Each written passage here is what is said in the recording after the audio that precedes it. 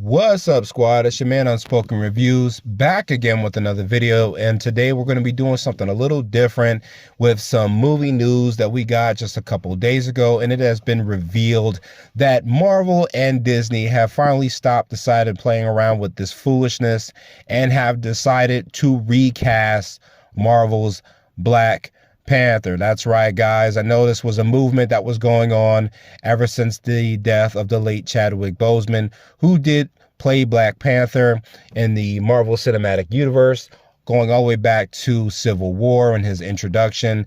And fans have been calling for it ever since he has passed after Endgame. Unfortunately, through a very hard-fought battle with colon cancer, he has passed on, and I believe that even before his death, he said that he wanted the character itself passed on to someone else. However, Marvel and Disney did not want to do that. They wanted to just honor his memory and let Wakanda Forever, the film that was released in 2022, the sequel to Black Panther from 2018, to just be a film surrounding him. And because we did not get T'Challa in those films, the mantle of Black Panther was passed on to his sister Shuri, played by Letitia Wright. I was not exactly excited about this. As a matter of fact, many fans were not. It actually sparked off the entire recast T'Challa movement, which quite a few many YouTubers and just fans out there in general realized just how important the character of T'Challa is in the Marvel comics as well as in the MCU. His character is just very pivotal, and it was really messed up that we found out he wasn't going to be recast. Now, I do understand in some form or fashion why they did not want to recast him, because I think as fans on the outside looking in, we don't really understand the fact that the director, Ryan Coogler, as well as all the actors and actresses that are doing this film, to them, he was not T'Challa, he was Chadwick. And it was a person that they were working besides. And not only were they just like their coworker, it was also kind of like their friend and their family. They built such a bond with them, probably traded stories, had a lot of great memories. And it would be kind of difficult to see somebody else filling in the shoes of someone that they've kind of known as a brother when they're doing these movies with them. There's just such a tight bond there, especially I think for Michael B. Jordan. I know he took it very hard the most after Chadwick passed, after the Bond they filmed. I know he played Killmonger in the first Black Panther film, but I know it was a very hard loss for him as well. It's just, I kind of understood the difficulty all of the cast and the crew would have just seeing somebody else filling in those shoes. I know they're all professionals. They would have still done their thing anyway. However, I would myself find that a little difficult. It's like you're living in a house with someone and then you just suddenly switch out a new person and another person comes and takes your brother or sister's, uncle or aunt's life over. However, it seems that Marvel and Disney are kind of learning from the backlash they got from the fans. Wakanda Forever to me was not a terrible film. I thought it was okay. I just really was upset that we did not get that ideal T'Challa Namor rivalry that I'm so used to in the comics. As we know, these two have gone at it in so many different ways, in so many different versions, even from the Civil War comics, even since I believe, I'm trying to remember the exact thing. I'm not exactly sure of the storyline, but I do remember it was involving the Phoenix and the X-Men. I know that I think Namor still flooded Wakanda. They kind of did that with Wakanda Forever, but I was just kind of really missing the rivalry between these two kings of a nation. It would have been such a powerful thing seeing them go head to head. I really felt like T'Challa was a character that could have spearheaded the MCU in the place of, you know, Iron Man and Captain America. I honestly believe that if we were doing the whole multiverse saga thing, it should have been T'Challa and Doctor Strange, in my opinion. I know some people say T'Challa and Spider-Man. I just felt for the multiverse saga that they were doing, Doctor Strange should have been more of a pivotal character as well as Black Panther. And that's just my opinion of it. However, Marvel and Disney have decided to recast for the character. It seems that they already did reach out to someone way back towards the announcement of RDJ playing Doctor Doom. And despite all this, whoever the actor is, they seem to deny the request, I guess believing they didn't want to ruin their acting momentum. Honestly, I can understand why the person would not want to take over that role. There are some big shoes to fill, you know, coming into the heels of someone that has done the character justice.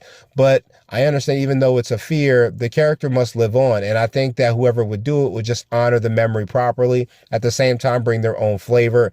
And you know what, no matter who it is or who they choose, I'm sure whoever comes to the role is going to be great. My own personal fan casting for that role would be Aldous Hodge. I don't know if he was offered the role. I know he played Hawkman in the DCEU. However, I just feel like Aldous has the right look for T'Challa, and I think that he would do an amazing job as the character. Now the question now becomes, how are they going to introduce this character? Where are they going to center Black Panther 3? Is it going to happen after Secret Wars? Is it going to be a flashback film? We know Denzel Washington is scheduled to play somewhat of an antagonist or just a character in the film in general. I'm not exactly sure. Whoever comes in, however they plan to do it, I just hope that it makes sense. I don't want to see the young T'Challa's son somehow aged up. I was thinking that they might do what they did in Endgame. If you guys remember what happened to Scott Lang when they were trying to figure out a way to go through time, there was a moment where the Avengers, where Cap, Nat, and Bruce were trying to work with Scott to use the time portal properly. See him go from an old man to a baby into his regular age again.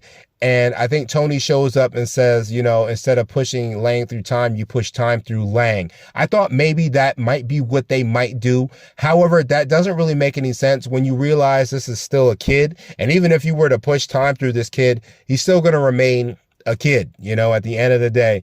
And I don't think that's going to work. However, if they've tried to figure out a way to enhance intelligence along with it, either way, it probably is way too convoluted. They'll probably just do the whole multiverse thing where they, after Secret Wars, they'll probably bring in a new version of T'Challa from a different universe and put him in this world. I'm not exactly sure how they're going to do it. I'm sure Marvel is going to be figuring that out as time goes on. But I am really glad that Marvel and Disney are finally deciding to stop fooling themselves and realize how important of a character T'Challa is to the overall Marvel universe, especially if they're going for the whole reboot. They have to have this character in this world. I know this is probably going to be their way of excusing making the decision to put him back in it. All in all, I'm excited about it. I'm glad to see that T'Challa is coming back. He deserves to be in this universe. It's a waste of time. The character is way too smart. He's way too resourceful. He's way too powerful of a character. And when we do Black Panther 3, my whole thing with T'Challa, as well as the character, I loved him in the first Black Panther film. Just the character. I'm not talking about the actor.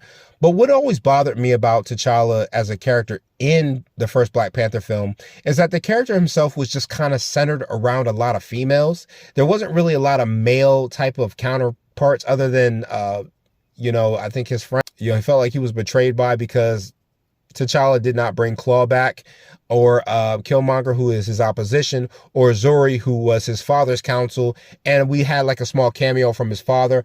Outside of that, it felt like it was just one male black character surrounded by a multitude of female black characters.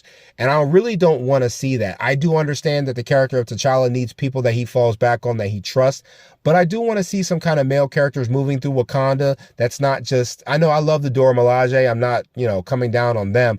I'm just saying I feel like all the characters surrounding the character are all nothing but female. I think that's just something that kind of takes away from the character, in my opinion. I don't know. I can't speak for others. However, all in all, I'm glad to just see that they're recasting the character of T'Challa. Definitely is something that needs to happen. I can't wait to see who they cast. I'm pretty sure they're going to have some great casting. Whoever gets the role, yes, you're going to have some big shoes to fill, but I have no doubt that you are going to bring it. That's all for today, guys. I've been Unspoken Reviews. Hit that like button. Let me know if you guys are excited that T'Challa is coming back. And let me know what you think that Marvel is going to do to figure out a way to introduce his character. And I will catch you guys in the next one. Later.